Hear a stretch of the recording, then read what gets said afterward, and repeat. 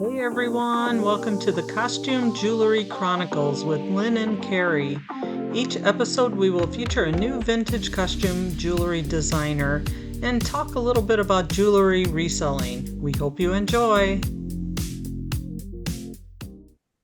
Welcome everyone to the Jewelry Call. It is Tuesday, March 4th, and we're talking 50s and 60s jewelry today, but want to ask if anybody has any questions first. Larry? Yeah, I got a quick question here. I recently picked up a gold ring this past weekend, and I'm looking for some sort of guidance on what to call this thing. Can you guys see my screen with a ring? Yep. Yes.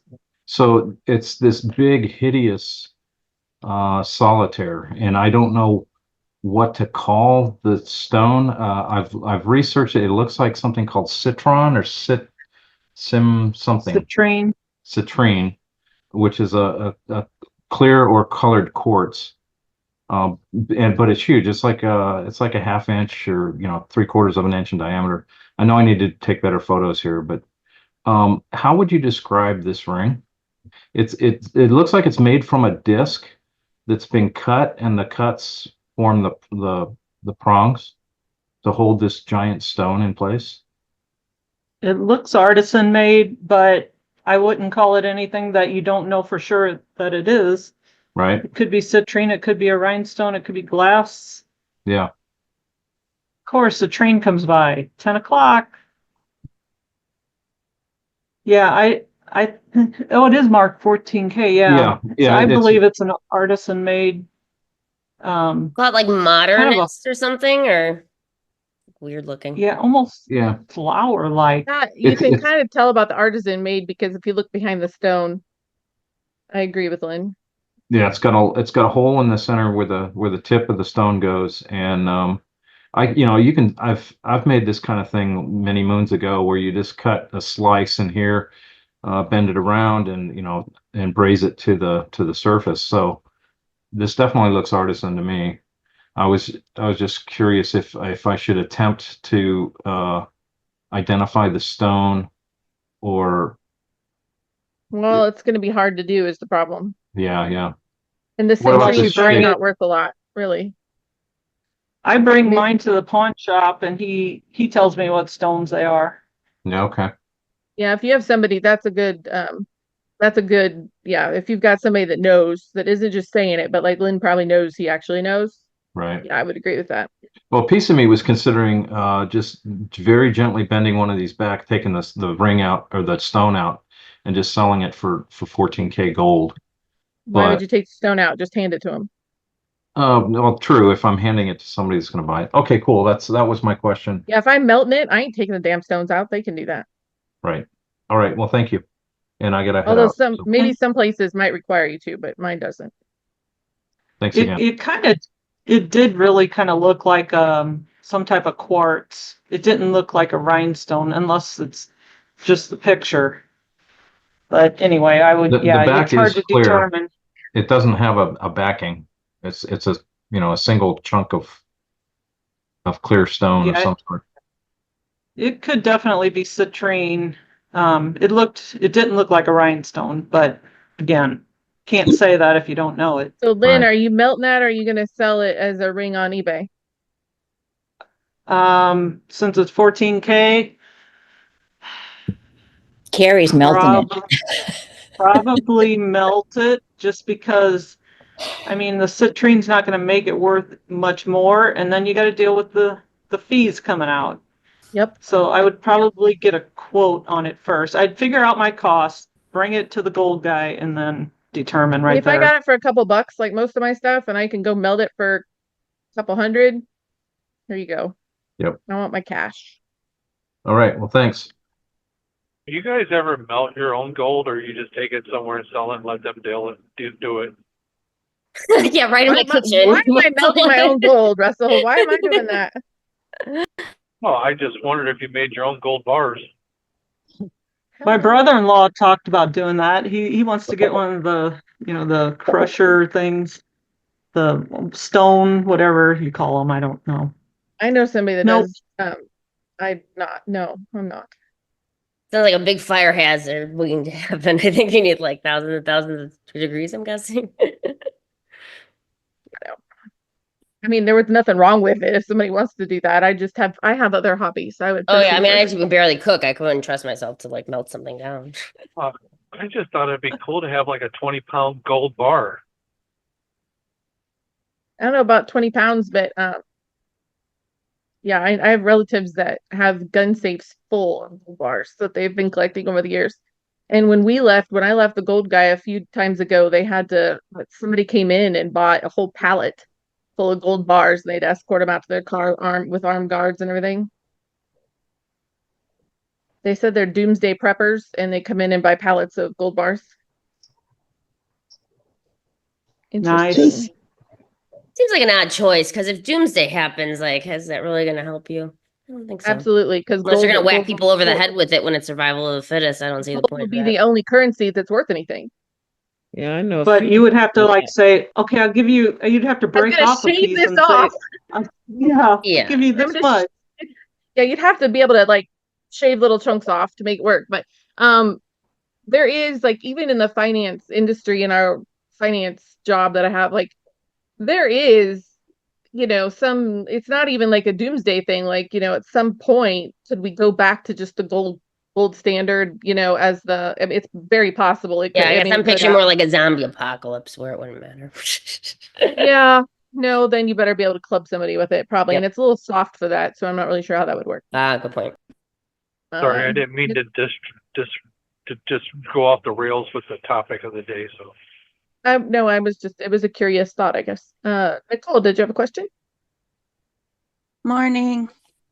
Good morning. Sorry, I'd show you my face, but I look like crap and I feel worse.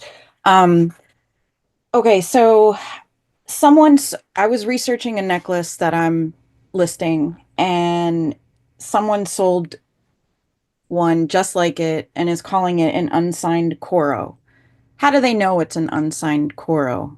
Like, is there some kind of book or reference? Patent number. You can look up the patent number sometimes. It's not signed. It doesn't have any patent number. It doesn't have nothing on it. How do they know? Probably they don't, for sure.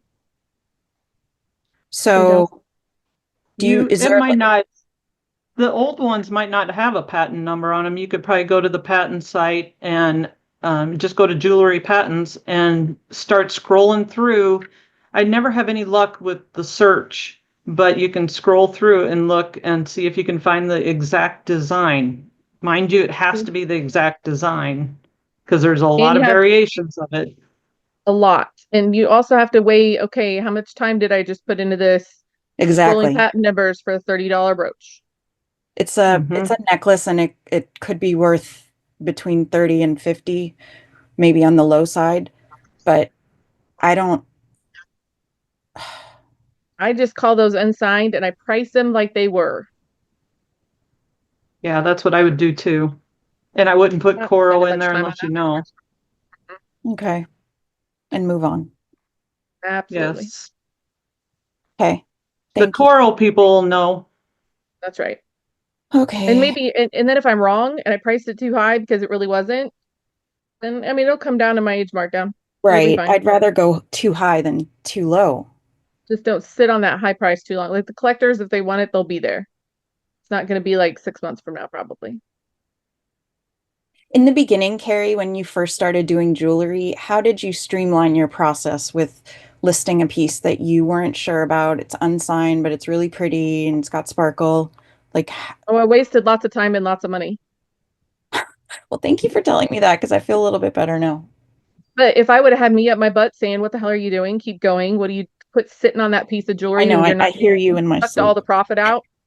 Remember, every 15 minutes, like you sucked $5 out of it. I know, but I've gone back and I've tweaked older stuff because I didn't know then what I know now, and then it ends up selling right away. So, like fixing mistakes. Like I'm not trying to force a sale. I'm trying to be better and learn from my mistakes and then correct them, and then it sells. It's good to correct our mistakes. It is, but if you have a piece in front of you right now that's not a mistake, that's an active listing, it needs to be up on eBay because it can't sell sitting on your desk. I know. It's in my draft. Okay. Thank you. And I agree with that. Most Coro necklaces aren't even that much money unless So The there are older a ones few are, though. exceptions. They're Sometimes going up. The older ones, like something happened. Like now they're going, like I used to think they weren't worth a lot, and now make sure you check what stores are selling at those prices too, because there are a few stores that just get more money for their older stuff like that that you and I aren't ever going to get. So just make sure. 30 maybe, 50 not usually. Yes, some are. There are exceptions to all the rules like that. Absolutely. There's a few amazing ones. Catherine had a question before she had to leave. Oops. I do. I'm going to share my screen. I have a entire screen. Yes, please. Can you guys see this item? Yes, no? Yes. Okay, so this is a Priscilla Presley collection pendant necklace. And it's got a large yellow crystal in the center with the clear ones around it. It has the original box, the Priscilla Presley tag. Apparently, she sold jewelry on QVC, but I cannot find hardly any. I searched and searched and searched yesterday, not only for this particular necklace, but just for a necklace other than a little puffy heart necklace that I found that she sold. I can't find much on her jewelry, and so I have no idea what to price this at. I never knew that either. I've never seen one. Here's a close-up. What's the marking on it?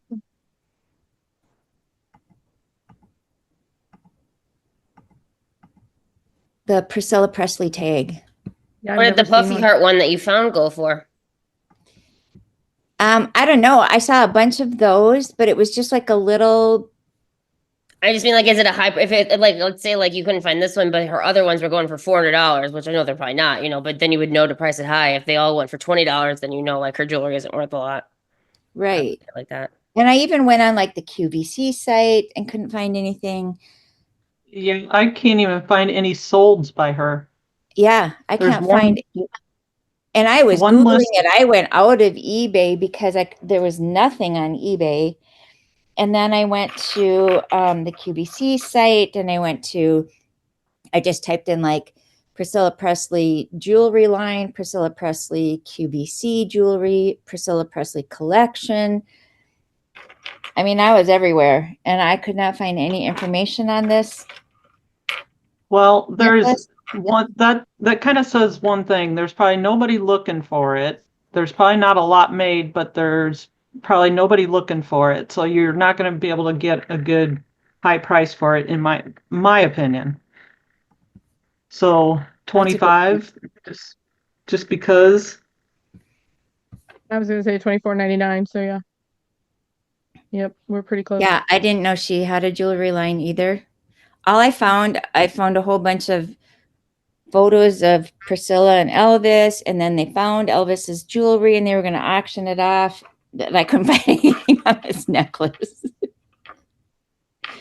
Okay, I will do that. Thank you. Yeah, Carolyn posted a link that showed that she was going to do her line, but what that also says is that she did the line, and then it didn't take off.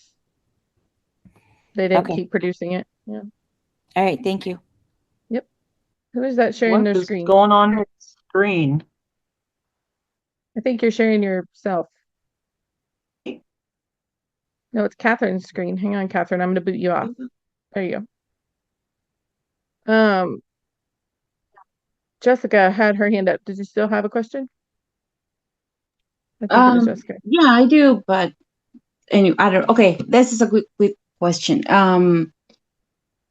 Do you ever talk about Chrome of Hearts, Chrome jewelry? Hearts. Mm-hmm. I never find it. I wish I did. It's a good line. I didn't know about it. I thought that it was just clothing, but I would Oh, like to no. know. I don't know if you ever did like a deep dive just to recognize the symbols. But it was very interesting. See, that's why. I agree with you, Meg. So I have Oh, found it, really? and Mhm. every single piece I've ever found was fake. So Mm. I know, like when I was doing my weekly call for tech, like that's why I stayed away from it, because Mhm. it's really hard. Like for one, the real stuff you don't find it very often. Do you find it very Mhm. often, Lynn? I found a handful and they were all fake when I got them. You find them So very how do often? you recognize that they're fake? Because they look very simple. They look pretty darn close, is what they look, but um, the quality just isn't there, because a real Chrome Hearts piece is super well made, super quality. But just to teach like somebody over the internet, this is why this is fake. It's Mm-hmm. really hard with like brands like that, because the fakes are so darn good. Wow. Like I don't Okay. ever run across it very often, and like I said, the pieces I've gotten were fake, so Oh, okay. super highly Okay. faked. Thank So you. there's I like there's a handful of brands that I just avoid, because the likelihood that they're fakes are so good that that's right. You start with the assumption they're fake and you go from there. Absolutely. Same with Chanel. Absolutely. I have a whole bunch of Chanel pieces. Do I think they're all fake? Yeah, I do. One piece is really nice. Is it probably still fake? Probably.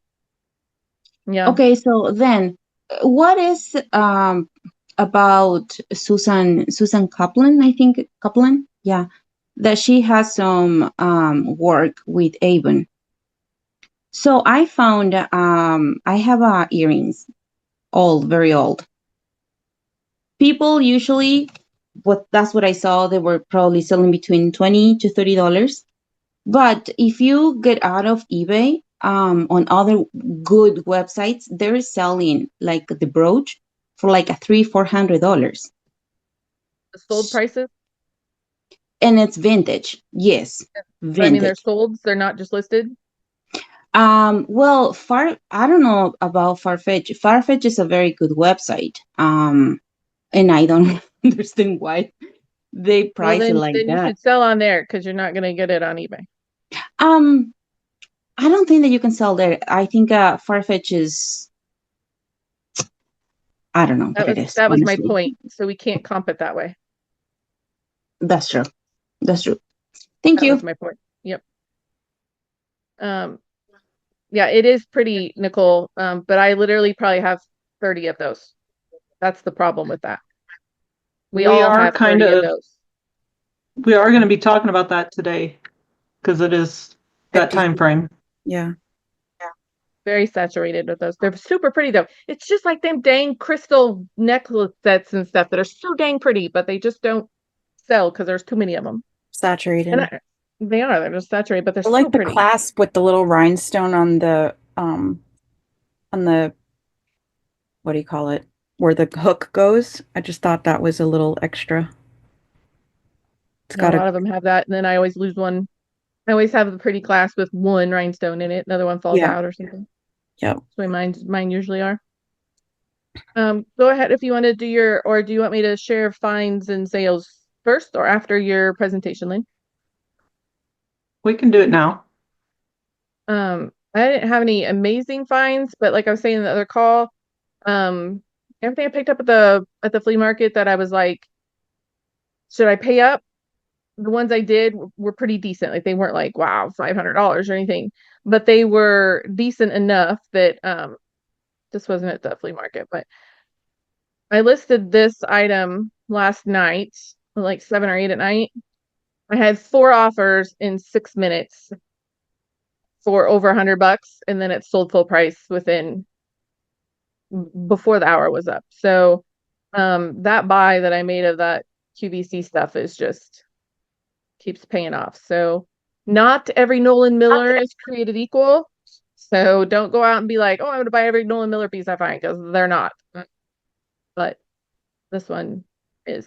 And if you look at the back, looks cheap and new, just so you know. But I've been selling a ton of cheap and new stuff. So I'm trying to, even though it's not my favorite, I'm trying to educate myself on the new I don't want to just say cheap, but the new stuff that I normally wouldn't pick up. I'm trying to learn what the good stuff is, because that's really what I'm making my money on right now. And I don't love it, but this one wasn't a great sale, but that was a Heidi Doss necklace for 60. There was another one that I just listed.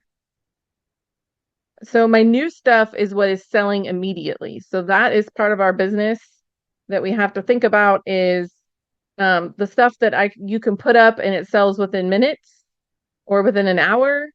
Like that's really good for cash flow and it's also good profits. So those are the things for me that are just flipping over really, really fast are the new items. And so I'm getting out of my comfort zone. I'm going to try to learn about that. And oh yeah, that was the Nolan. So Nolan Miller, yeah, Nolan Miller's been like paying the bills lately. This was kind of a cool little brooch. And nobody wanted it, and then like 3 people wanted it all at the same time. So I was like, okay. But he was kind of cool. He was missing his eye, but I still listed him. So did it okay. He came in a box because he was broken. So actually he was in a junk box, but I saved him. But he was neat. I want to. And yeah, Can I ask you about the Nolan Miller brooch? sure. How did that? I mean, I have Nolan Miller, but I never realized, was it the ruffle that caused it to go to that price, or the purple stone, the amethyst, or what? So it's the Nolan Miller ruffle brooches are all worth that. And it's because, they're a Shriner knockoff is what it is. But Exactly. That's what I thought when I looked at it, but I was yeah, curious to see why. but you don't run across them very often. Like if you go search for them on the internet, there's not very many of them. So I don't know if they didn't make a lot of them. I've ran across 2, but I couldn't afford the other one I saw. So I don't think they're out there that much. I don't think so either, because I've never seen one like that wasn't Shriner. And I have Nolan Miller and I've never seen one like that. So I was very curious as to how you knew when you looked at it, or that I comped it. I mean, I looked and they sell really consistently for the $600 range. Well, congratulations again. That was fabulous. Well, it was funny, yeah, because Meg said she's been looking for one for a long time. So we were talking about Nolan Miller because I'd gotten that lot and I hadn't really looked through it yet. And she's like, I'm going to find one of these because, if you find somebody slipping on one of these, you could pay up and still make a lot of money. And I'm like, oh, like this? I have one. And she was like, Yeah, because I sold Nolan Miller for like, I don't know, when I first started selling jewelry, I was like happy with getting like, I don't know, 30 or 40 or 50 or something for a few of them. So I comped them high to low and I was like, oh my God, I need to find the good ones of this brand. Like, hey, Meg, why don't you tell us some other things that we need to look out for that are I don't know, like whatever. I took brands, I just sort them high to low, and then that's how I study every day. I pick a new brand. Like today we talked about coral, so I think I'll do coral later as I walk down the hallways and like walk to my car. I just quickly scroll. good for you. I bought a whole set of these for $5 a piece, and they sold them to me as Joan Rivers watches because of the JR. And I was like, that is not Joan Rivers, but I'll buy them. So I bought all of them she had. And they were all brand new, still had the plastic on them, and they were Judith Ripka. So that was not my problem to educate her that those were not Joan Rivers watches. So I bought all of them she had, and they sell pretty fast. I've already sold one of them. And then I got her whole set of, so I got from the same lady that for $10. Heidi Doss one. I'm guessing I'll end up taking really around. I'm guessing I'll take around 400. Does she have a different mark for her vintage stuff, or you just know from the line? You can look them up to see when they're made. Heidi Doss at QVC or no? Home Shopping Network, yeah. Home Shop. Okay. Thanks. Yeah, same thing. And the matching earrings. There's the matching earrings, but I ripped them apart because I'm going to get more money for them separate. Beautiful. But the matching earrings came with the necklace for $10. So, but I took them apart. And then the same lady had this, the whole set. She thought they all came in a set for like $20. And I was like, oh yeah. She was like, yeah, they sell new for the whole set. She has the whole set of the Starlet necklaces. And that was the cheaper one, I think.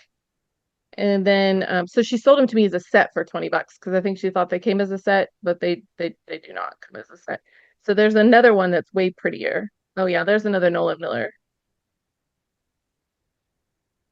Little parrot. Yeah, I have an Olin Miller, what is it, Peacock? No, I Yeah. take it back, something else. Yeah, but that's nice. They definitely vary a lot. And like this Joan Rivers B is one of the higher Bs, and I knew that when I bought it for $3. The little cherry bee. Hmm. They cut the cherry ones do better than the regular ones. And then this is all just yesterday's listings here. Oh, this Hollycraft set I got for $5 at the flea market. Wow. Love that. And it's because they said, well, it's because half the berries are dark, the rhinestones darkened, but that's how they are. They aren't darkened. They're just different shade of blue. So they were selling them as defective, but they weren't. And then I'm just trying to find the other, because if you find those other starlets, and this has all been, and then I showed Larry I found yeah, so there's the other starlet one. It's huge. And I'd take 80 for it. But I'm gonna let it sit for a little bit because I've already gotten a few offers on it, so I'll let it marinate. And then I found a Juliana at the flea market, which I knew it when I saw it. I got that little watch fob chain too there. And the Coro Duet. Oh yeah, this was the other one I was gonna show you. The little Heidi Doss umbrella. This particular umbrella you don't see come up very often. And I've gotten a few offers over 100 for it, but I'm gonna sit on it for just a little bit. That is so cute. It is really cute. And it's just a little bit different than the ones that I've been finding. So I'm gonna just hold on to it for a little bit. Does Heidi Doss have a mark? Have a signature? Yeah, it just says Heidi Doss. Okay. You Thank you. see a lot, just a warning, I'm sure you guys all know this, but you see a lot of unsigned Heidi Doss on eBay, and it's not. It's a lie. They're getting it from Temu. There's every single Heidi Doss, like that exact umbrella, you can find on Temu, but it's not. It's a fake. Wonderful. Yeah. So just whenever I buy Heidi Doss from somebody, if it's not in person, I say I'd like to see the back because they fake them. But this was the Juliana I found at the flea market for $5. The little hematite one, not a stellar one. I'll probably take 130 for it. But I could tell it was Juliana while I was sitting there. So I'm gonna check out her booth every time I go. And how much did you pay for it? I'm sorry. 5. Lynn, are you going to show your Juliana find too? Yeah, I want to see it. I have to dig it out. Oh, okay. Great finds, Carrie. Absolutely wonderful. 30. I will share my screen. Ready. And show you what I found. I love this piece. I know it's not gonna sell fast, but these are the pieces I love personally, so I can't resist picking them up. This is an antique piece, a Czech glass. It's probably from Art Deco period, and it probably will sell. I don't know. I've seen some that sold up to 150, but 85 to 150 these pieces sell for, and the glass was in really good shape, so there's no chips, so it should be a better seller.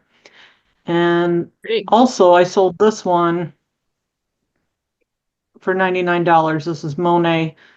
And anytime you have these gold filigree balls, I don't know what it is about Monet, but they tend to sell fairly well. And I thought I would price it high because I couldn't find it. And I kept debating under 100, over 100, under 100. So I put it at 99 and it sold right away, like within a day or two. And I still don't know if it's worth more or not because I just couldn't find it anywhere. So I know it's part of a collection, but I don't have the Monet book, so I don't know what to price it at. I don't think I'm going to be able to share my other. Can you see that? Yep. My presentation. Same way with the Napier the same thing with Napier. You'll find some really odd earrings or something like that once in a while, just like that, and they'll go for the $100 range too. Yeah. All right, I'm going to jump into this. So again, Nicole, we're talking about some of them necklaces in here too. So the 50s and Groovy. the 60s, what it's a fun era, Hollywood glamour, fun, bold designs. And let's start by breaking down the 50s to the 60s.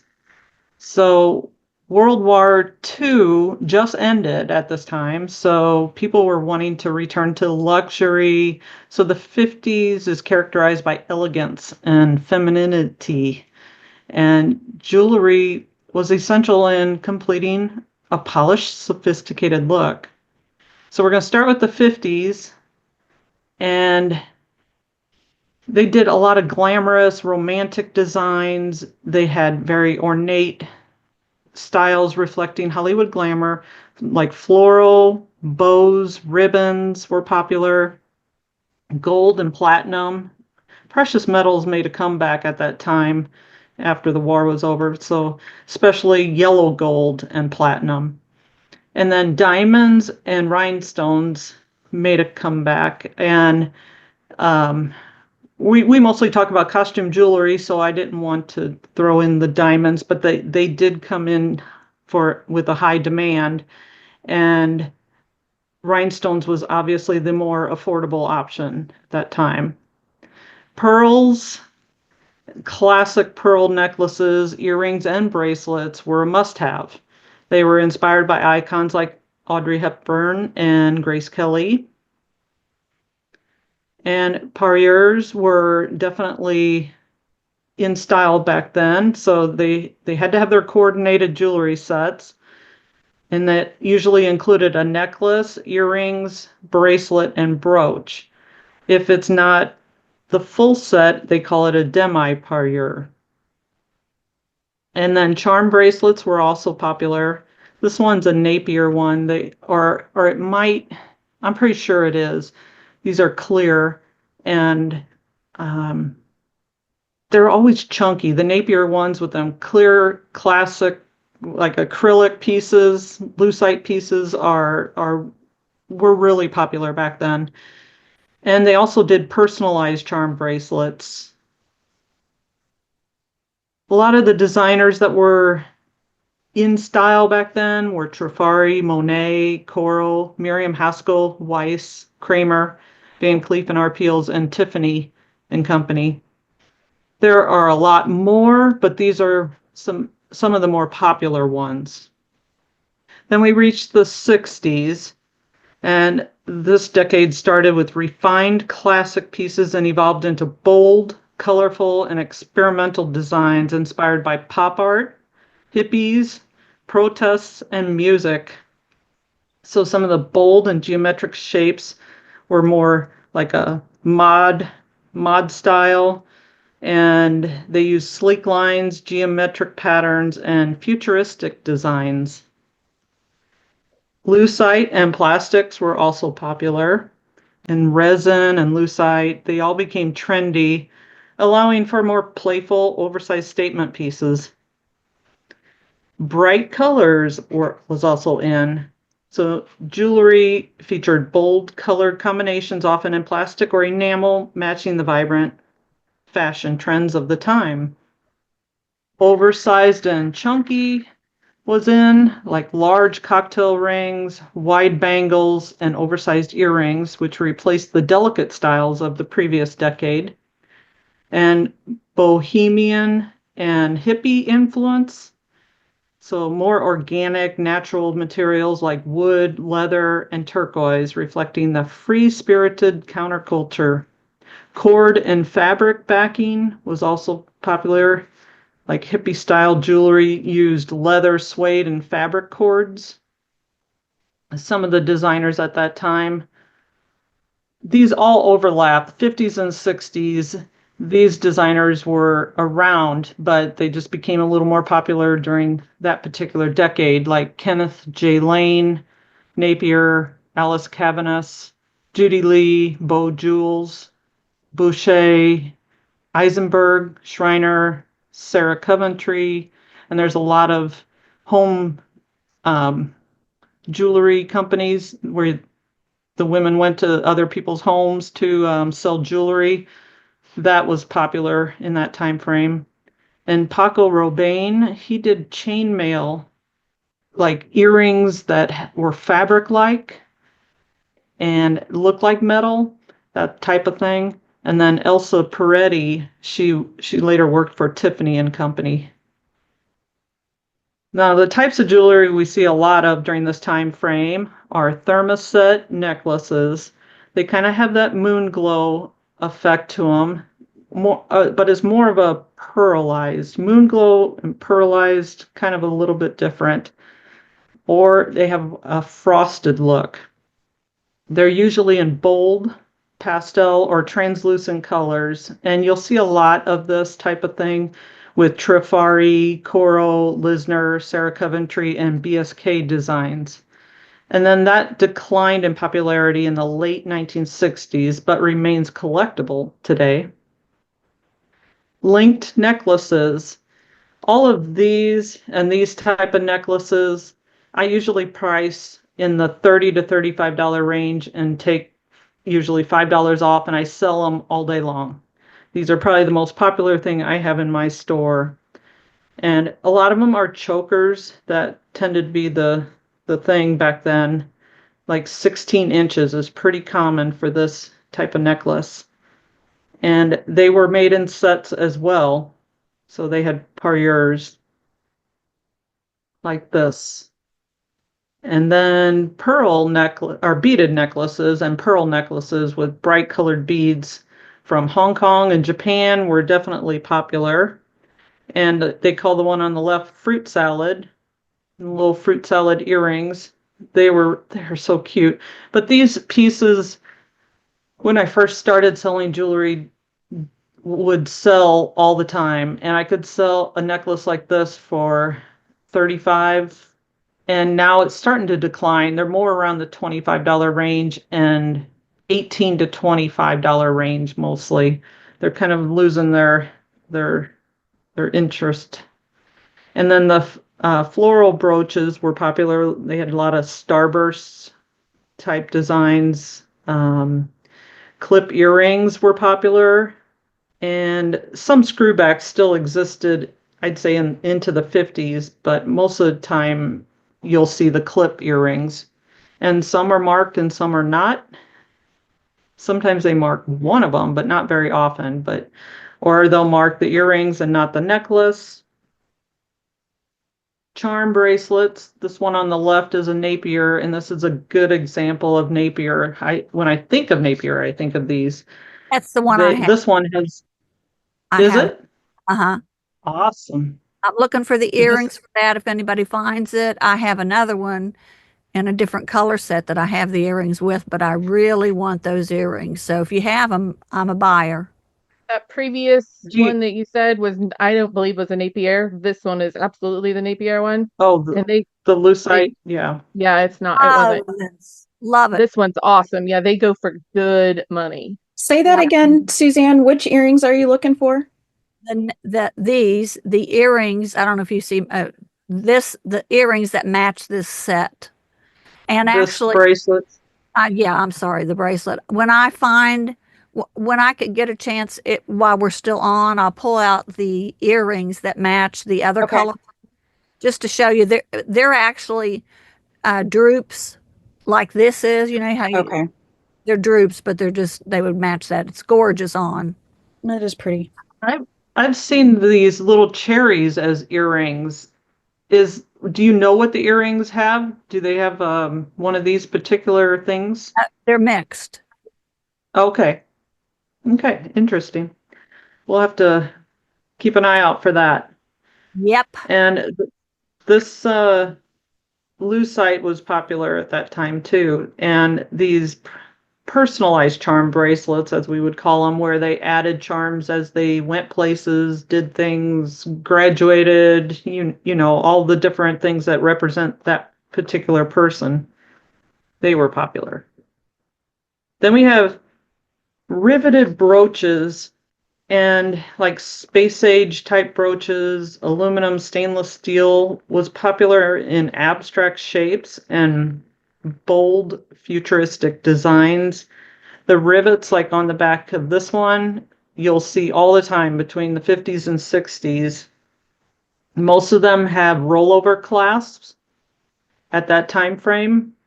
You hardly ever see C clasps anymore. It's mostly the rollover. And then this U shape or Y shape clasp is popular in the 50s and 60s.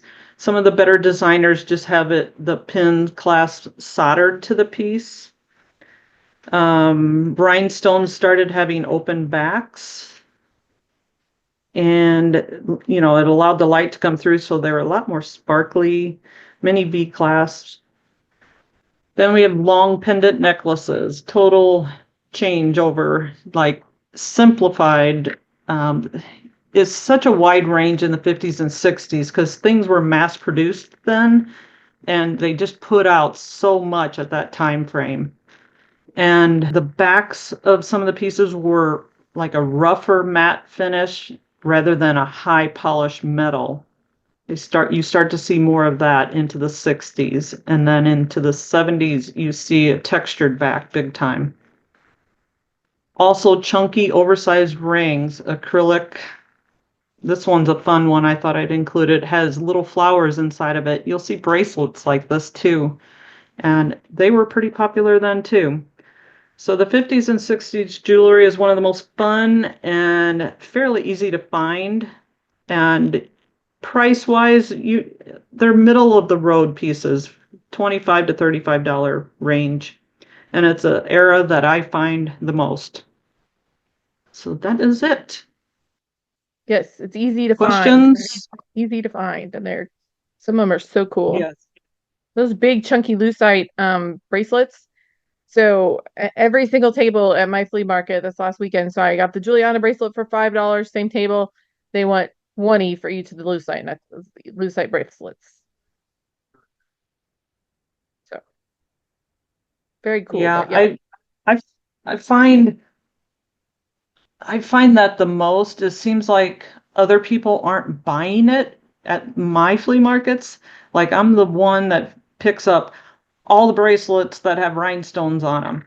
There's a seller that sells all brooches and a couple trays of rhinestone bracelets. Everything he has is bling, just solid rhinestones. And he just charges too much. He charges, let's see, $15 a piece or two for 25. And that's still just out of my range for that type of thing, especially when you're only charging 25 to 35 for each piece.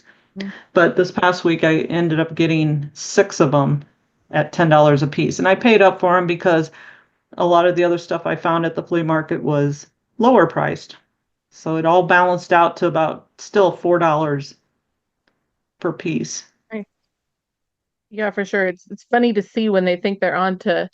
Yeah, we have a couple at the one flea market I go to that is just all super high. And I think to myself, like, they're just way out of market. But you know what? He sells a crap ton of stuff there. So he's out of my market. But apparently he's in other people's markets, but he's out of my market too. So it's so frustrating when you see like all the stuff you look for, but it's just, I think I'd feel better if it was like double what I would pay, but it's just out of the range where it makes it, where I know it doesn't make sense for me. And that's frustrating. And they just won't budge on the price. Which, I mean, I guess I understand, but if they would be able to move all of it at one swoop, you would think that would be attractive to them, but they just don't care. They don't care. I got a question. And just like rings. Oh yeah, go ahead, I didn't Melinda. mean to interrupt. You're fine. You're totally fine. I was just sitting here digging through my grandmother's box of jewelry, and most of it is Weiss. Mm-hmm. Is that something I should sell? Or yeah, it's pretty good brands. Mm-hmm. Like this is the acrylic. I don't know if you can see it. Let's see. Oh, definitely. Yep. Those are really good. It's like it's got matching. Those are good. We should talk. I'll be your buyer, Melinda. Oh, I already tried. And then I've got. I figured you did. Like this. That's beautiful. Those with the matching earrings. Make sure you do the smoky. That's the smoky. They call it the smoky diamonds line. I love to wear them. Melinda, why don't you wear them? Well, I've just had them in a box for, I don't know, 40 years. You need to wear them. They're gorgeous. I just tons of stuff. Very pretty. Yeah, that's the Smoky Diamonds line. I may have earrings that's that about match it. that, Melinda. I do have the earrings that match it. Oh, you already do? Yeah. Oh, you have them too? Yeah. They're very pretty.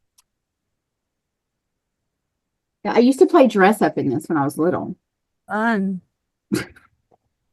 Well, yeah, because a lot of this costume jewelry that is now popular and worth money, like to us, is stuff that wasn't super valuable then. Like in the 60s, like Lynn said, they would have home parties.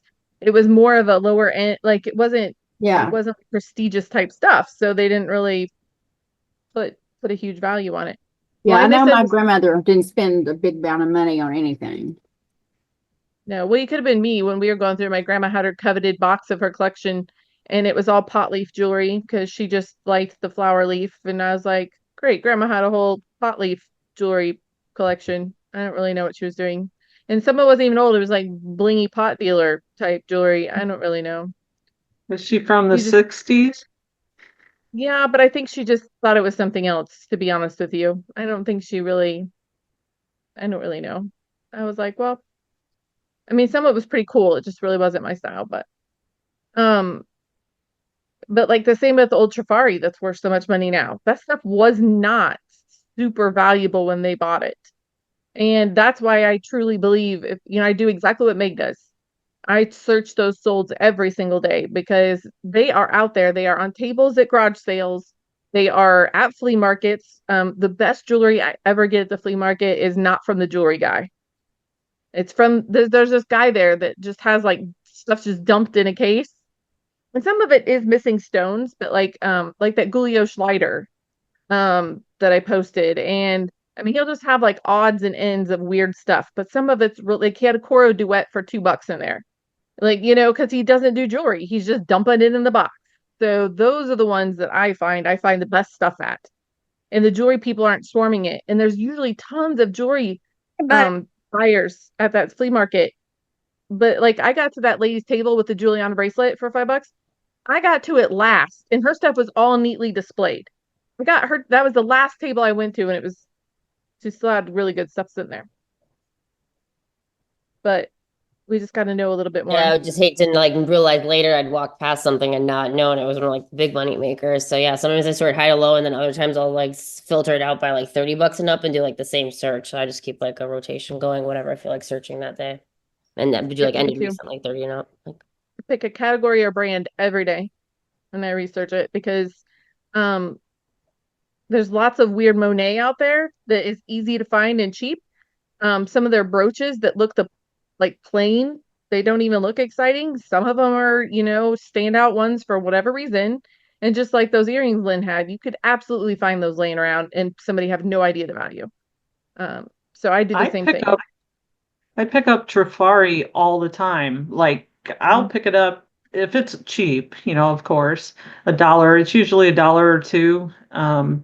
I pick it up no matter what because Trifari just has a good classic design and quality to it that it sells. It's I never a don't pick up problem the selling. clip-ons anymore, and I don't I put them anymore. together. I Yeah, put them I'll do together lots. and they sell. Mhm. Yeah, I agree. I agree. You used to be able to sell them by themselves fine for $20, and now I find that in my 6 month and older bucket, I have a lot of Trifari brooches and earrings that are like they're plain, that I wouldn't probably pick up now, or I would make them into a lot if I would do it over again. They'll sell in a lot. If you put them like in just small lots, like I put 3 together and it might sell for $25. But when you put 3 together, it's more appealing, I think. But if you're paying $3 a piece for them, then it's not worth it. No. Yeah, I then my usually lot. sell for $1. Yeah, I don't find anything for well, maybe at garage sales, but flea market people don't have anything for $1 here. But I used to pick them up and they'd sell really good. The market's just changing a little bit.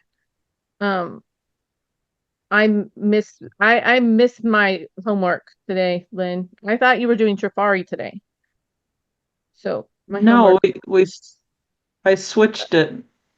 We talked about Trifari, but Um, my last text says 50s, 60s Trifari. 50s, 60s Trifari. That's what it says. I'm looking, yeah. Hmm, So I sorry. said, I I- said I may not, I said I may not realize which ones are 50s and 60s. Well, I wanted that's why I was like how I responded was well, 50s and 60s, like the linked necklaces and the fruit salad stuff, and that's why I was referring to in general the 50s and 60s. So, yeah. So I didn't know it got changed. So failure, failure well, on homework. I can pull up some um hang on. I can just pull up some different necklaces and we'll search high to low.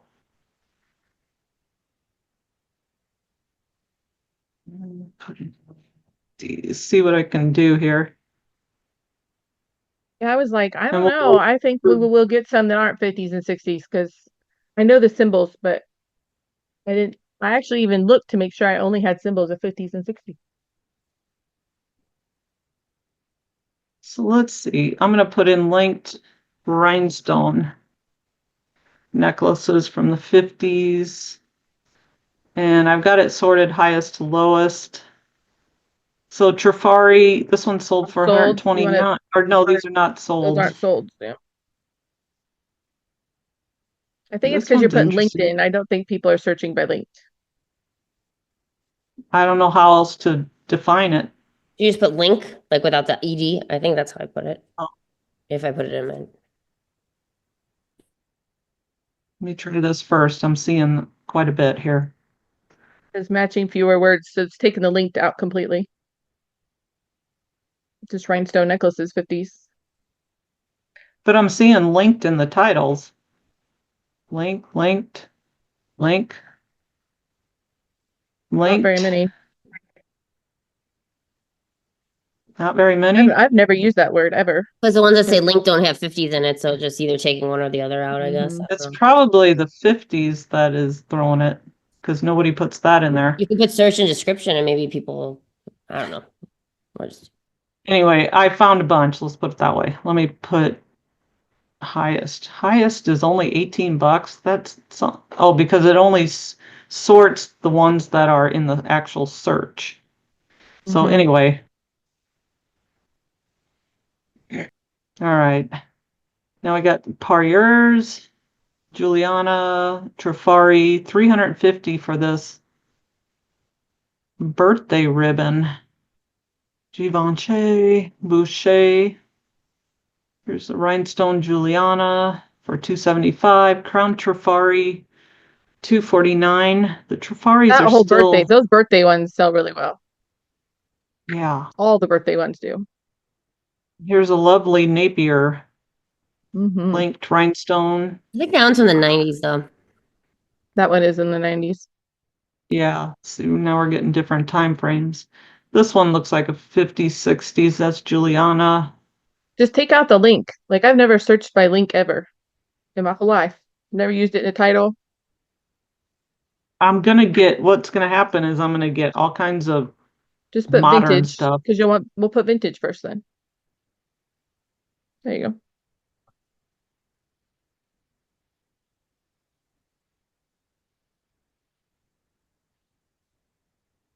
It's not the same.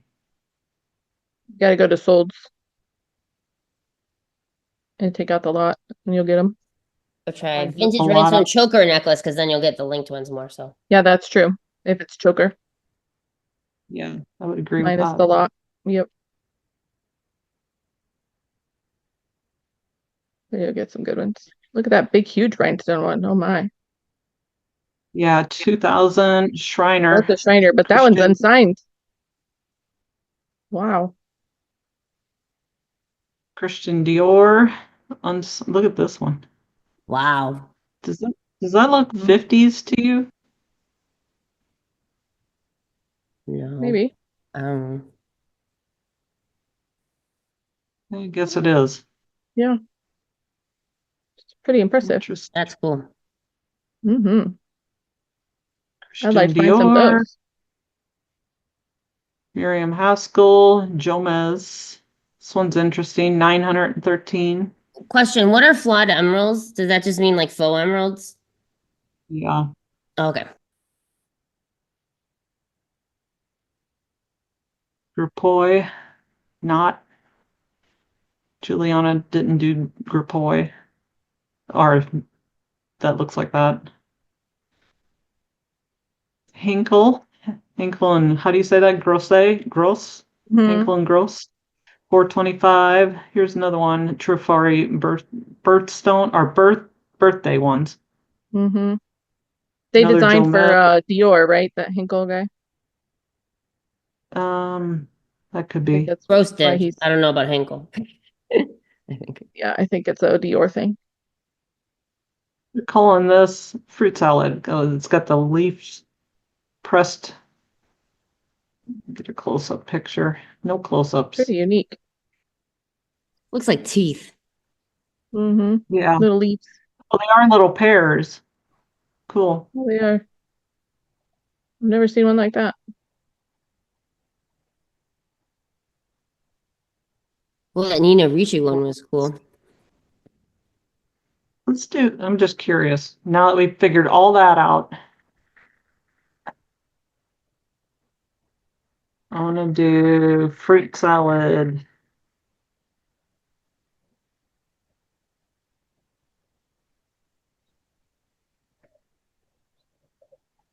And we're gonna get all the Trifari ones. These are cool. Italian are marble vanilla fruit salad, $250. I'm not on solds. Yeah, I Yeah, I think am. you are. Holly Craft, 129. These are cool too. Lunch at the Ritz fruit salads. Mm-hmm. Fruit salad, opal glass. That one's pretty. Fruit salad Trifari, 112. So there are some that are in that range. 79, 70, 65. They're fun ones to find. 65.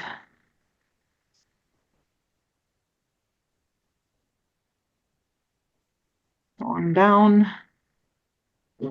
Big, huge fruit salad Bakelite ones are always so cool. I've never found one that I could actually afford, but Yeah, I seen one at the flea market and asked the guy how much he wanted, $85. Not. So here's some cheaper ones. 10.50, 20, 18.99. They price them all over the place. mm-hmm.